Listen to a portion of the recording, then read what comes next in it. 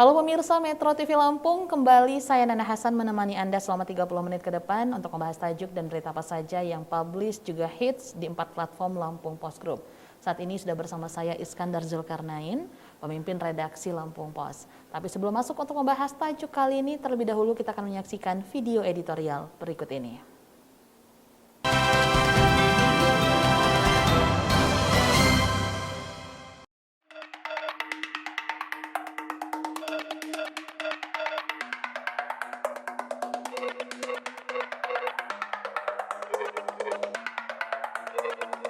Naik tipis di masa pandemi.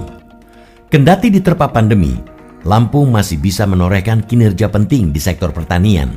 Selama Juli 2021, nilai tukar petani atau NTP Lampung tercatat 101,75 atau naik tipis 0,94% dibanding Juni 2021 sebesar 100,80.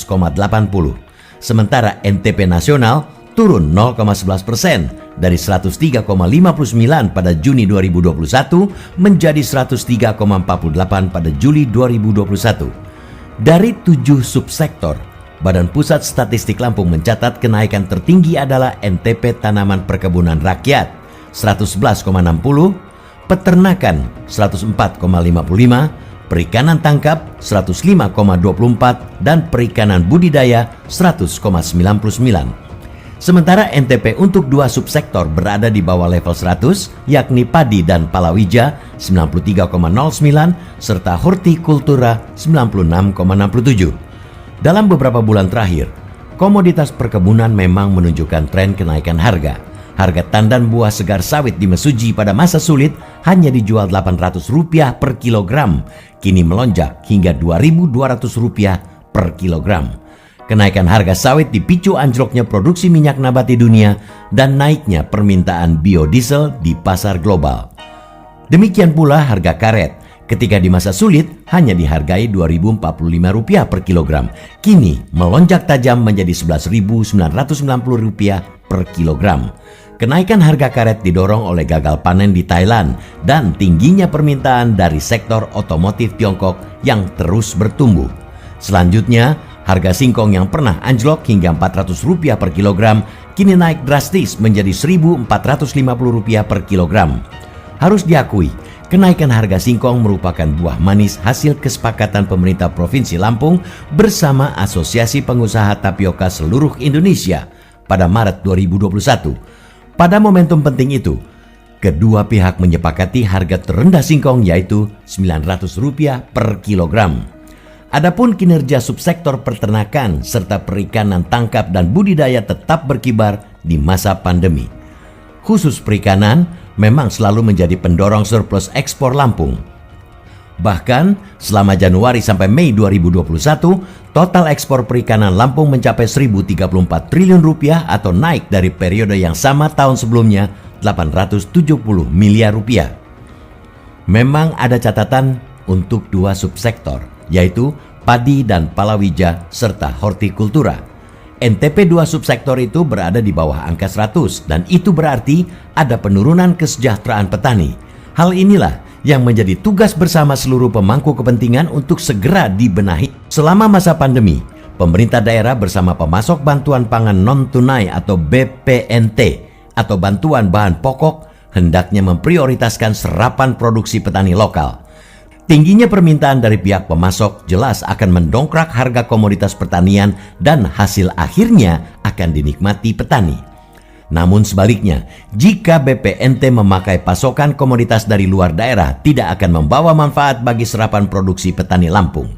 Upaya menjaga kesejahteraan petani kiranya juga bisa dilakukan dengan menggelontorkan berbagai bansos lain tepat sasaran dan tepat waktu. Berbagai program pembangunan yang bersumber dari dana desa juga perlu segera digulirkan untuk menjaga daya beli petani. Hal itu karena sebagian besar petani Lampung tinggal di pedesaan. Solusi penting lain adalah dengan menerapkan seluruh rencana yang telah disusun dalam program Kartu Petani Berjaya. Program unggulan pasangan Arinal Junaidi Husnunia Halim itu jika dijalankan optimal dalam kapasitas penuh pasti bisa mengangkat derajat kehidupan dan kesejahteraan petani Lampung.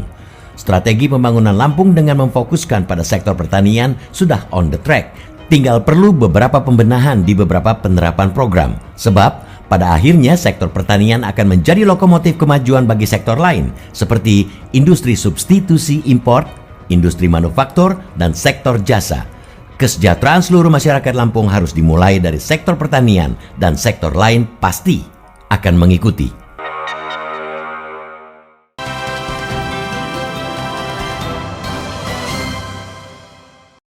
Oke Pak Is, apa yang menjadi sorotan dari Tajuk Lampung Pos kali ini? Baik, nilai tukar petani yang dibahas di Tajuk Lampung Pos kali ini, bagaimana kita menyikapi NTP Lampung yang ada beberapa sektor pertanian itu naik melebihi angka 100, ada yang di bawah 100. Nah, kita ketahui NTP ini maksudnya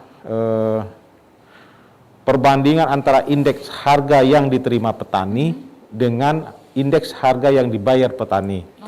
Nah, dalam beberapa sektor pertanian yang nilainya di atas 100 itu tanaman perkebunan rakyat, peternakan, perikanan tangkap, serta perikanan budidaya.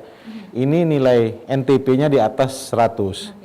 Kita tentu sangat apresiasi bahwa di tengah angka yang naik NTP Lampung ini ternyata NTP tingkat nasional justru menurun. Ya kan? Nah, ini jadi catatan bagi di Provinsi Lampung. NTP nasional itu turun sekitar 0,11%. Dari 103,59 pada Juni 2021 menjadi 103,48 pada Juli 2021. Tentu ini sesuatu yang memang kita harapkan. Artinya kalau NTP itu berada di atas 100, itu berarti petani mengalami surplus. Mengalami surplus. Ya kan, harga produksi naik lebih besar dari kenaikan harga konsumsinya. Artinya pendapatan petani lebih baik dan lebih besar, lebih meningkat dari pengeluarannya gitu. Nah ini kan padahal masa pandemi ini satu nilai yang luar biasa seperti itu, membahagiakan tentunya Pak Is. Nah sebenarnya fenomena apa yang terjadi sehingga di masa pandemi pun tetap NTP ini tetap naik, Pak Is? Itu hanya pada sektor pertanian, perkebunan rakyat, peternakan, perikanan ya kan. Tapi kalau untuk sektor pertanian sendiri, palawija dan hortikultura ini justru menurun karena berdampak juga kepada para petani. Nilai untuk padi dan palawija itu 93,09 serta hortikultura itu 96,67. Nah ini artinya dia di bawah 100%.